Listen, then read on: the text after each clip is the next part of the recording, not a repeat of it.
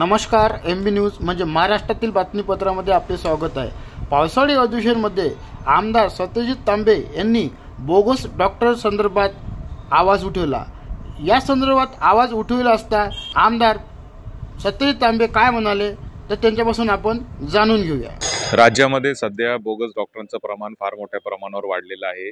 विशेष करून आदिवासी भाग असेल, मागासलेला भाग असेल किंवा शहरांमधील जे जिथे सामान्य माणूस राहतो, गरीब माणूस राहतो, असं झोपडपट्टीचा भाग असेल, इथे अनेक डॉक्टर येतात, काहीतरी ट्रीटमेंट चालू करतात आणि नंतर लक्षात येतं की त्याची डिग्री खोटी आहे किंवा तो बोगस आहे. याच्या विरुद्ध जो कायदा आज राज्यामध्ये आहे तो कायदा पुरेसा नाही.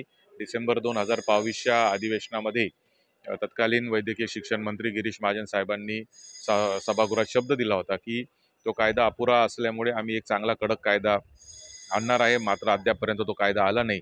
त्या संदर्भात मी काल सभागृहामध्ये आवाज उठवला आणि वैद्यकीय शिक्षण राज्यमंत्री माधुरीताई मिसाळ यांनी मला आश्वासित केलेलं आहे, सभागृहाला आश्वासित केलेलं आहे की लवकरच हा कायदा करण्यात येईल. त्यासाठी समिती देखील स्थापन करण्यात येईल आणि पोलिसांची देखील मदत त्यासाठी घेण्यात येईल.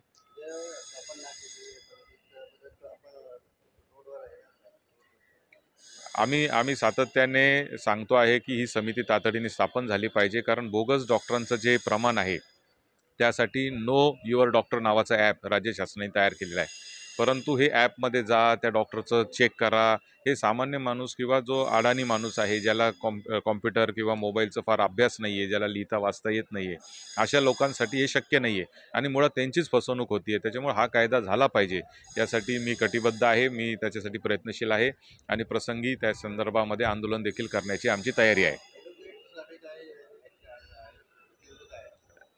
राज्यामध्ये काही वकील बांधवांवर हल्ले होत आहेत. मध्यंतरी अहिल्यानगर जिल्ह्यामध्ये राहुरी तालुक्यातील एक दाम्पत्य जे आहे त्यांच्या दाम्पत्याची खून वकील दाम्पत्याचा झाला होता. तर त्या संदर्भामध्ये वकिलांच्या संरक्षणाचा कायदा आला पाहिजे अशी मागणी वकील बांधवांकडून सातत्याने येते आहे. काल देखील मी सभागृहात ही मागणी मांडल्यानंतर राज्यभरातून वकील बांधवांचे मला फोन येत आहेत.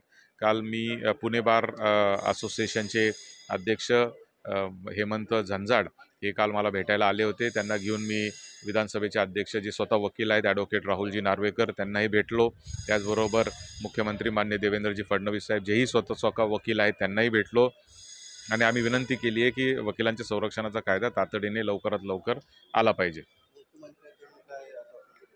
मुख्यमंत्री महोदयांनी आम्हाला सांगितलं आहे की या संदर्भामध्ये विधी व न्याय विभागाला ते सूचना देतील आणि लवकरात लवकर हा कायदा अस्तित्वात येईल. अनेक राज्यांमध्ये आलेला आहे, कर्नाटकमध्ये आलेला आहे, राजस्थानमध्ये आलेला आहे, बिहारमध्ये आलेला आहे. महाराष्ट्र देखील एक प्रागतिक राज्य आहे आणि म्हणून महाराष्ट्रात देखील तो कायदा लवकरात लवकर येईल अशा प्रकारचं आश्वासन आम्हाला सरकारच्या वतीने देण्यात आलेलं आहे.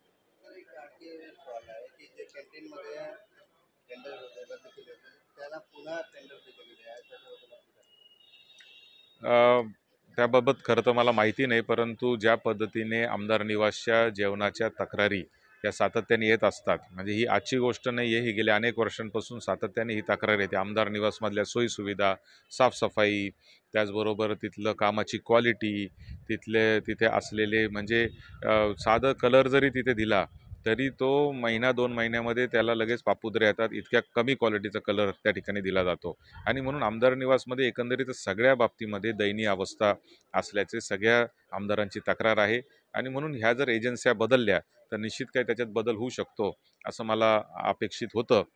पण आता तुम्ही सांगताय की त्याच माणसाला जर परत टेंडर दिला असेल तर मला असं वाटतं की हा काहीतरी मोठा गौड बंगाल आहे, याची चौकशी झाली पाहिजे.